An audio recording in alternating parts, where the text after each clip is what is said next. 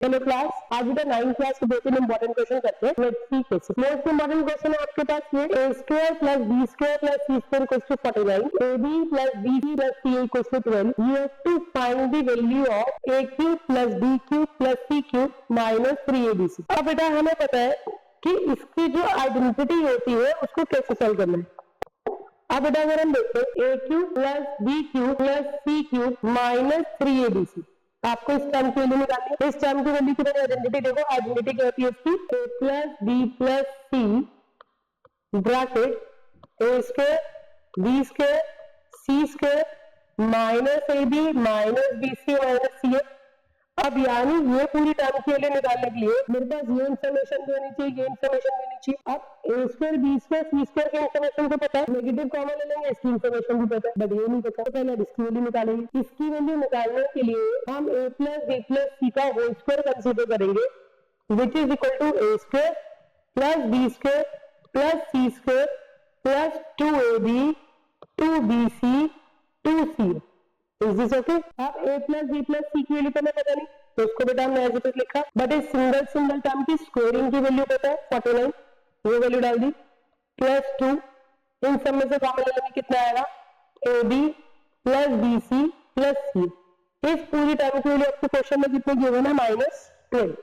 तो 49 plus 2 into -12 कितना आ गया बेटा आपका, 49 minus 24 which is equal to 25।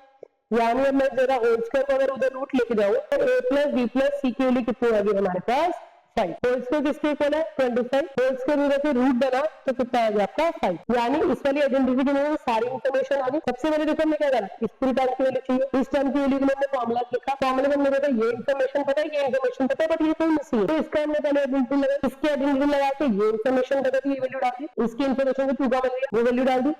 Simplify करके बेटा a प्लस बी प्लस सी आ गया।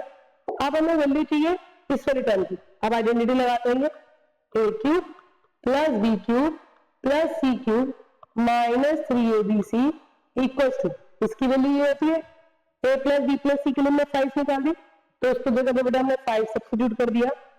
इस पूरी टर्म की जगह वैल्यू कितनी है बेटा आपकी, 49, 61 आ गया।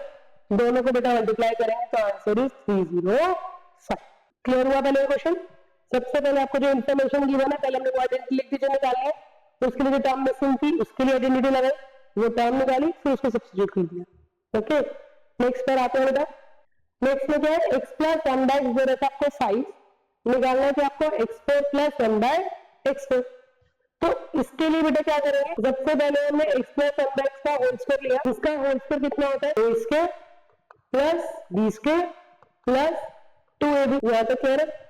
इस पूरी टर्म के लिए 5 पता है, 5 का स्क्वायर, ये टर्म मिसिंग है, इसको हमने एज इट इज लिख दिया प्लस 2। क्लियर है? 5 का स्क्वायर आया बेटा आपका 25 प्लस 2 बनाकर -2 हो गया, तो हमने x4 की वैल्यू निकाल दी। बट क्या ये क्वेश्चन में वैल्यू चाहिए इसकी? नहीं, क्वेश्चन में इसकी वैल्यू नहीं पूछा।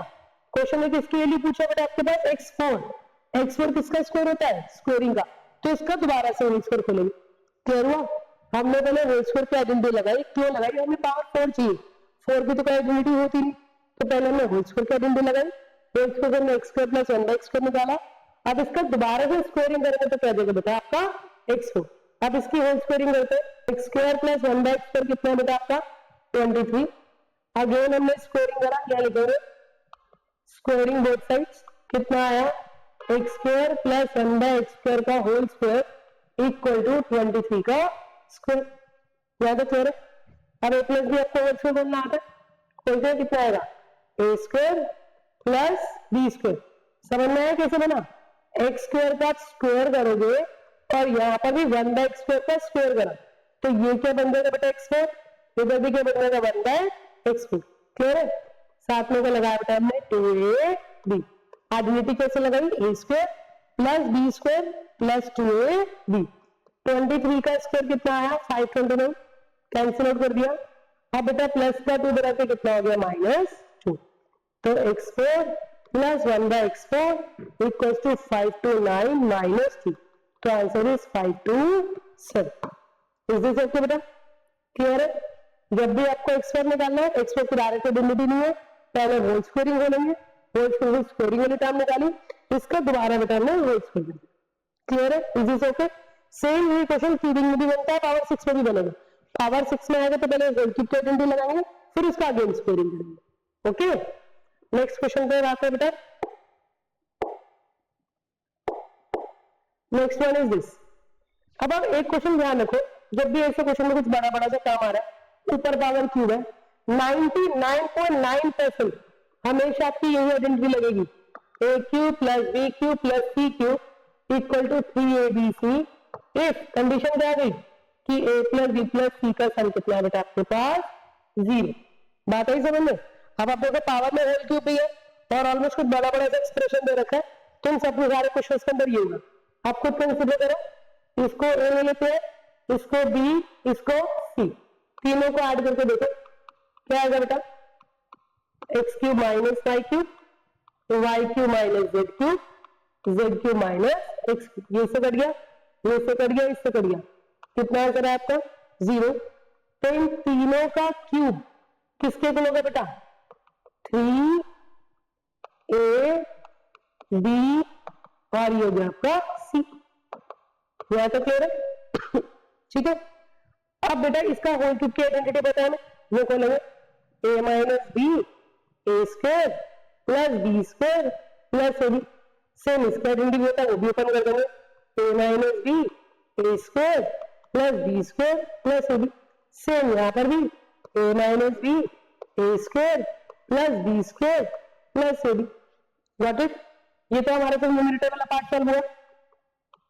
सेम देखो डिनोमिनेटर में भी क्यूबिंग है, सेम यही पार्ट अगर सॉल्व करते हैं डिनोमिनेटर के लिए, क्या दे रखा है, x माइनस वाई का whole cube, y minus Z का होल क्यूब और z माइनस एक्स का होल क्यूब।